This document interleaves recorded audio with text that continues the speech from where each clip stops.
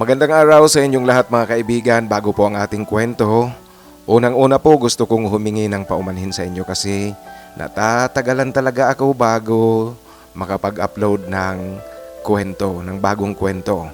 Dahil nga po busy talaga ako, madalas nasa biyahe ngayon. Medyo ngayong buwan at saka nung nakaraang buwan, talagang ang schedule ko, sunod-sunod ang biyahe. Ngunit baka mula sa sunod na linggo, medyo hindi na tayo gaanong matagalan bago muling magkasama dito sa ating pagsasama-sama sa ating kwentuhan. Ngayon po ang kwentong aking ibabahagi sa inyo ay padala ng kasamahan natin. Itatago ko siya sa pangalang Tantan. Magandang araw, Tito Makoy. Itago niyo po ako sa pangalang Tantan. Ang kwento ko isang simple lang na kwento, ngunit nagbaka sakali akong ipadala sa iyo at sana Tito Makoy mapili nyo at maibahagi dito sa iyong channel. Ako Tito Makoy mula pagkabata hanggang sa naging binata, nakapagtapos ng pag-aaral, nagkatrabaho. Lalaki ako Tito Makoy. Nagkaroon ng relasyon sa mga babae. May karanasan ako sa babae. Naranasan ko ang pagiging tunay na lalaki.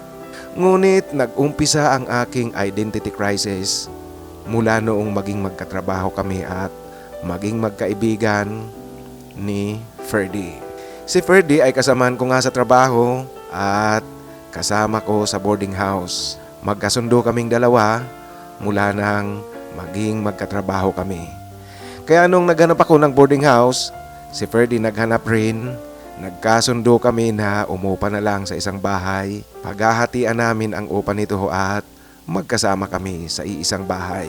Ang kinuha namin Tito Makoy, maliit lang na bahay, 2 silid, kaya hiwalay naman ang aming tulugan. Sa unang buwan ng aming pagsasama, normal lang yung magkaibigan, magkasangga, nagkukulitan, nagkukontrahan, nagpipikunan, ngunit ipinagtatanggol namin ang bawat isa. Tito Makoy, ang pinakang dahilan at ang pag-uumpisa ng aking pagkakaroon ng identity crisis, nung isang araw, naliligo itong si Ferdy.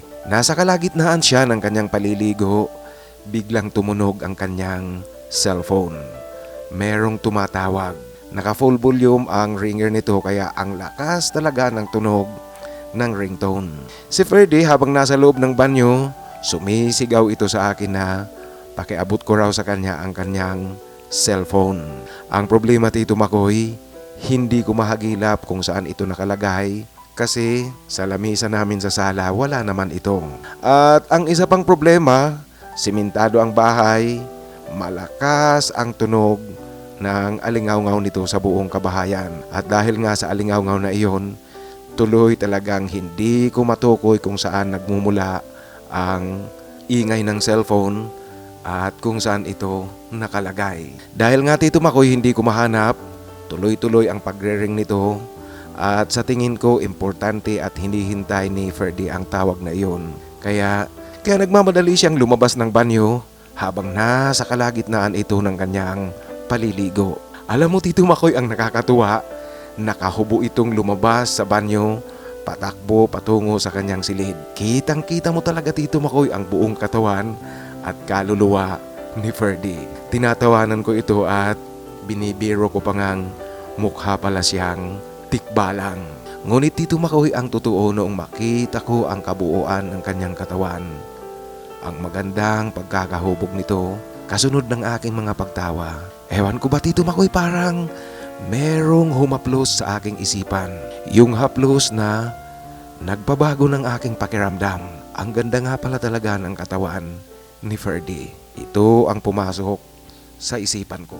Mula noon Tito Makoy, ang nakakainis kasi hindi na nawawala sa isipan ko ang aking nakita kay Ferdy. Si Ferdy Tito Makoy, palagi na siya sa aking isipan. Hanggang sa dumaan ang mga araw. Alam ko at sigurado akong nahuhulog na sa pagtingin ang aking nararamdaman na iyon kay Ferdy. Aaminin ko na Tito Makoy, attraction na ang dumapo sa akin. Kasi wala itong ipinag-iba sa pakiramdam ko nang makita ko sa unang pagkakataon ng aking mga naging syotang babae. Nagkataon pa naman Tito Makoy na noong panahon na iyon, ilang buwan pa lang kaming nagkakahiwalay ng syota kong si Venus. Si Venus Tito Makoy umalis na papuntang Canada matapos ma-approve ang petition sa kanya ng kanyang mga magulang. Kaya sa Canada na ito mananatili. Sa madaling salita, kahit na hindi naman kami nag-break ni Venus, single ako nung panahon na iyon ng ilang buwan pa lang. Kaya Tito Makoy talagang ewan ko ba bakit hindi nawawala sa aking isipan na itong si Ferdy. Ang nakakatuwa pa nito Tito Makoy kasi itong si Ferdy kapag lasing, ang hilig niyang mang-akbay ng mang-akbay sa kanyang kausap habang nakikipagkwentuhan ito. Kaming dalawa magkasama sa boarding house, hindi mo talaga maiiwasang paminsan-minsan nagiinuman kaming dalawa lang. Isang gabi nga, bagong sahod kami noon, nag-inuman kaming dalawa sa loob ng bahay. Weekend kasi Tito Makoy, kinabukasan, walang trabaho. Pareho kami ni Ferdy ginanahan talagang uminom. At noong lasing na itong si Ferdy, ayun Tito Makoy, akbay-akbay na naman sa akin habang nakikipagkwentuhan. Ang nakakatawa pa rito Tito Makoy, kinakailangang nakatingin ka talaga sa kanya habang nagkikwento siya sa iyo na nakaakbay pa. Kasi pag hindi ka nakatingin sa kanya, wala itong tigil ng katatapik sa iyong balikat para tumingin ka sa kanya, tumitig ka sa kanya habang nagsasalita siya. Gustong-gusto niya talagang nakatitig ka sa kanya. Tuloy Tito Makoy, ang pagtitig kong ito sa kanya, lalong napupukaw ang aking kakaibang nararamdaman. Yung hindi lang siya isang kaibigan. Ang bawat galaw ng kanyang labi ay kumukumpas naman ito sa paggalaw ng kanyang mapupungay na mga mata. Alam mo Tito Makoy, siguro kung nagkataong hindi kami magkaibigan ni Ferdy, gumawa na talaga ako ng unang hakbang. Kaso, hindi pwede. Kasi Tito Makoy, hindi naman ako sigurado kung sasakay ba si Ferdy sa aking trip. Magagalit ito o ano ba siya? Kapareho ko, mayroon ba siyang tendensing maging kagaya ko na magkaroon ng identity crisis. Maging sa pagtulog ko Tito Makoy, hindi nawawala sa isipan ko itong si Ferdy. Ngunit hanggang doon lang kasi magkaibigan kami. Kaya naman Tito Makoy, patuloy na lang ako sa aking pag-aasam na sana dumating kami ni Ferdy sa puntong higit pa sa isang pagkakaibigan ang aming samahan. Subalit Tito Makoy, nananatili ako sa aking paninindigan na kinakailangang si Ferdy ang unang gumawa ng hakbang. Ang masakit nga nito Tito Makoy, walang alam itong si Ferdy sa aking kakaibang nararamdaman sa kanya at meron siyang syota. Isang gabi nga dumating itong si Ferdy, kasama niya ang kanyang syota na si Jane. Mabait naman itong si Jane, kagaya ni Ferdy, magandang kausap, masayahin. Kaya kaming tatlo, masaya kaming nagkikwentuhan sa loob ng bahay. Noong gabing iyon, sa bahay nagpalipas ng gabi itong si Jane. Siyempre Tito Makoy, magsyota sila. Sa silid ni Ferdy natulog ang dalawa. At natural naman, inaasahan na natin sa magsyota na magkakaroon ng pribadong oras. Ngunit ang nakakainis Tito Makoy kasi noong gabing iyon, dinig na dinig ko silang dalawa sa kanilang ginagawang pagsasaya sa pribadong oras. Yung ingay na alam mong nasa rurok sila ng kasiyahan. Dahil nga sa magkaibigan kami ni Ferdy, marahil wala siyang pakialam kung marinig ko man ang ginagawa nilang dalawa ng kanyang syota. Iniisip niya siguro na wala itong problema sa akin kung anuman ang ingay na kanilang nagagawa. Kasi Tito Makoy, maging ang kanilang malambing na pabulong na pananalita sa bawat isa, dinig na dinig ko pa rin. Habang naririnig ko silang dalawa sa kanilang pribadong oras, ang sumagi sa isip ko, swerte naman ng syota ni Ferdy. Swerte niya talaga. Nilalambing siya ni Ferdy. Iyan Tito Makoy ang pumapasok sa aking isipan. Ang swerte nga talaga ng syota ni Ferdy. Kasi nilalambing siya nito. Samantalang ako hanggang ganito lang, nakikinig at nag-i-imagine sa ginagawa nilang dalawa. Kasabay rin ng aking mga pag-i-imagine Tito Makoy ay ang paninisi ko sa sarili ko kung bakit Bakit ba dumating ako sa puntong ganito ang nararamdaman ko sa kaibigan ko? Kabaliwan ito, Tito Makoy, ngunit wala akong nagagawa, wala akong magagawa kasi ito ang nararamdaman ko ngayon. Ang ginawa ko na lang, Tito Makoy, noong gabing iyon, tinakpan ko ang aking tainga na ang dalawang unan para hindi ko marinig ang dalawa sa kanilang ginagawang pribadong oras. Ang pribadong oras na iyon na ginawa ng magsyota, naulit at naulit iyon, napadalas ng napadalas dito sa bahay na tinitirhan namin ni Ferdy. Hanggang sa nagbunga ang kanilang ginagawa, nagdalang tao itong si Jane, natuloy na ito sa paglilibin nilang dalawa. Noong unang napag-usapan namin ni Ferdy ang tungkol sa sunod na hakbang na kanilang gagawin, yung tuluyan na nilang pagsasama ni Jane. Ayon kay Ferdy, naghahanap siya ng malilipatang bahay. Ngunit Tito Makoy, ako na mismo ang nagsabi kay Ferdy na dito na lang sila sa bahay, ako na lang ang lilipat ng tirahan.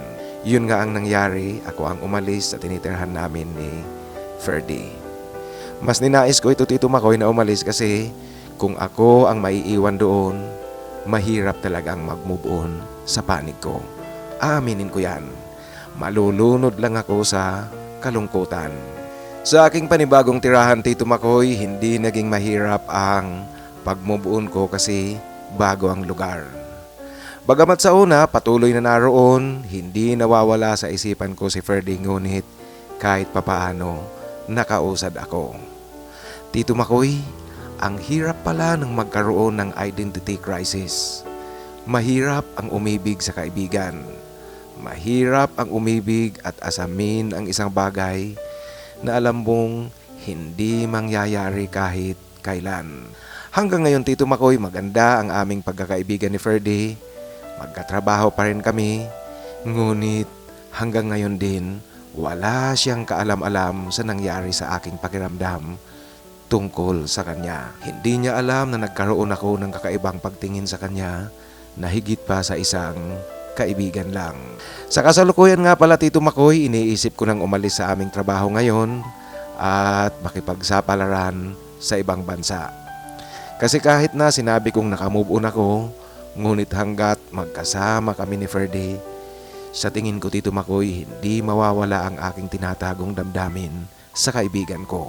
Hinahanda ko na ngayon ang mga papeles na kinakailangan ko at plano kong pumunta sa gitnang silangan, doon makipagsapalaran.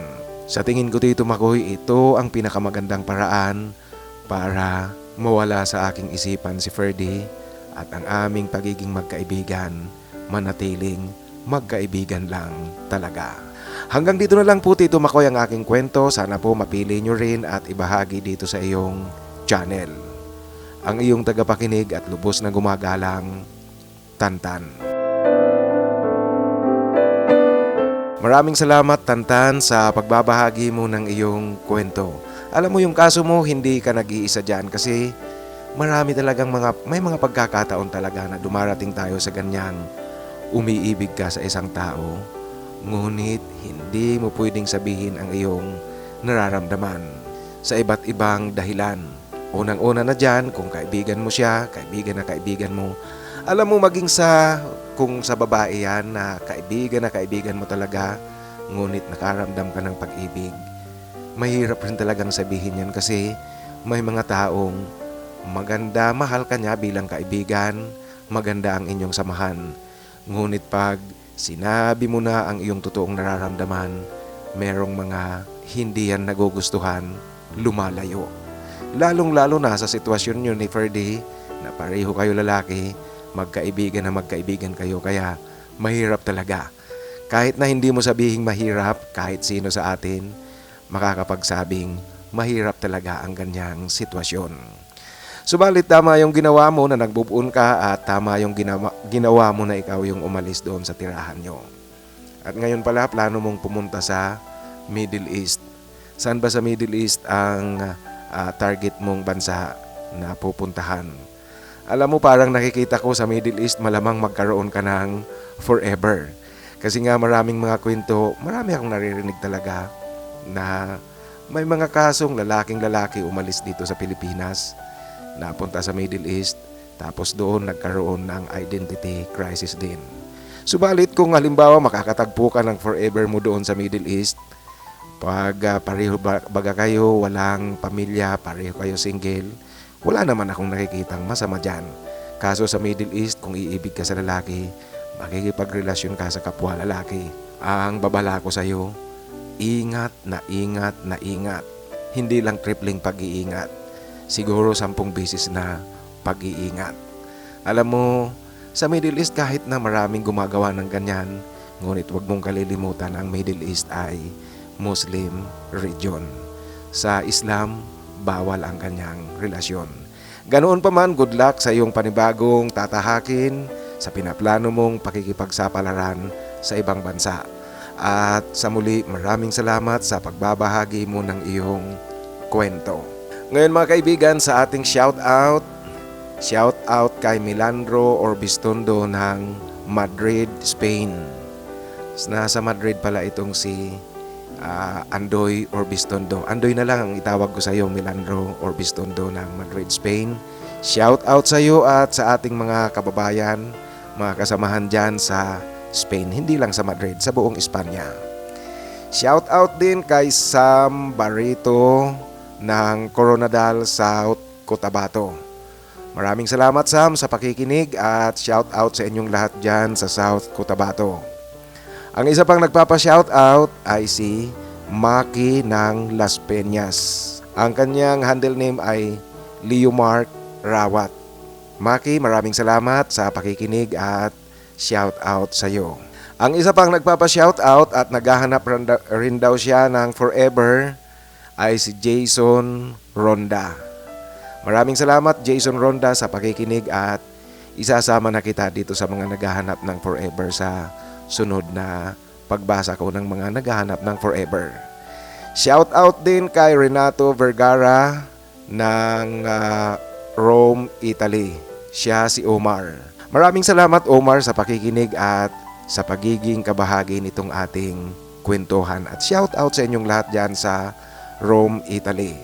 At shout out rin kay Noel Ortiz. Natatawa ako sa comment ni Noel Ortiz. Bicol na Bicol ang kanyang comment. Garo haloy bago nagsunod ang upload. Alam mo Noel, naiintindihan ko yan yung sinabi mong garo haloy bago nagsunod ang upload.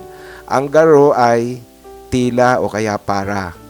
Ang ibig sabihin niya, tila yata matagal. Yung haloy ay matagal bago nasundan ang ating upload.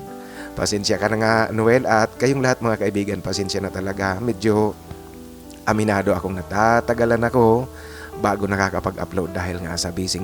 Pero hopefully sa sunod na linggo, mula sa sunod na linggo, medyo hindi na gaanong matagalan bago tayo makapaghatid ng panibagong kwento. Sa muli, Noel Ortiz, maraming salamat. Salamat na maray. Yan. Pinag-aaralan ko na ang Bicol kasi eventually nga magiging Bicolano rin ako. At shout out sa mga Bicolano, sa mga Oragon. Si CJ naman, thank you CJ sa correction na ginawa mo. Si CJ nga pala, ilang ulit ko itong nabanggit na California. Sa ano pala siya? Chicago, Illinois. Maraming salamat CJ at ingat palagi dyan sa Chicago, Illinois. Si Victor Bueno naman, shout out sa iyo Victor Bueno. At ang kanyang sabi, medyo yung ilang upload daw hindi niya kaagad napakinggan kasi malamig raw sa Imos. Nakatalokbong daw siya kasi ang lamig talaga sa kanyang higaan. Siguro nasa magandang lugar ang bahay nyo, Victor. Kasi kung nilalamig ka, ibig sabihin yan, maganda ang lugar, maraming puno, either na nasa ano kayo, medyo hindi, nasa labas kayo ng kalungsuran sa kabahayan. Kaya malamig ang panahon dyan sa inyong lugar. Maraming salamat Victor Bueno sa tuloy-tuloy na pakikinig at sa tuloy-tuloy na pagsama dito sa ating samahan. Shout out din kay Mr. Ed Oy ng Las Vegas, Nevada. Maraming salamat Sir Ed. Maraming salamat Sir Ed sa tuloy-tuloy na pakikinig at sa mga magagandang wishes mo sa akin. Shout out din sa ating kasamahan si Adon Adon Vlogs. Isa pa ito talagang naiinip dahil nga aminado akong matagal talaga bago nasusundan ng ating upload dahil nga sa busy si Tito Makoy.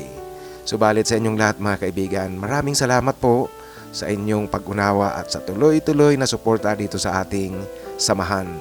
Ngayon sa ating mga kasamahan na hinahanapan ng forever, ang Team A ngayon ang aking babanggitin, ang aking isa shoutout. Shoutout, naghahanap ito ng forever para sa mga bagong tagapakinig natin. Naghahanap sila ng forever si Alvin Kalalang. Shoutout din kay Dominador Patawaran, naghahanap rin ng forever. Si Paulo Laison. Si Paulo Laison, kung hindi ako nagkakamali, Bicolano rin ito, ngunit ngayon nasa Pangasinan yata ito o Ilocos. Basta ang alam ko, ang kanyang origin ay Masbate. Shoutout sa iyo, Paulo Laison. At Faustino Fabro, shoutout din sa iyo, naghahanap ng forever ito mga kaibigan, si Faustino Fabro. At si Jason Hanson, naghahanap rin ng forever. Kaya shoutout rin sa iyo, Jason Hanson. At nga sa sunod nating shoutout ng Team A, dalawang Jason na ang aking isa shoutout kasi madadagdagan na siya ni Jason Ronda. Sa muli mga kaibigan, maraming salamat sa inyong tuloy-tuloy na pakikinig at sa inyong malawak na pangunawa sa medyo mga pagkukulang ko talaga dito sa ating channel, yung matagal bago ako nakakapag-upload. Ingat po kayo at sana sumainyo ang biyaya galing sa itaas. Sa muli po sa mga nais na magpa-shoutout, pakisulat po sa pinakahuling upload para siguradong mabasa ko yan. At sa mga nais namang magbahagi ng kanilang kwento, ipadala lang sa aking email titomarcos@yahoo.com. Ang ating kasamahan nga pala sa The Netherlands, yung kwento mo nasa final editing na ako at gaya ng sinabi ko sa iyo sa email.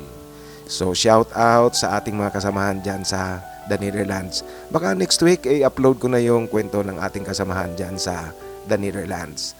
Sa muli po, maraming salamat at ingat kayong lahat.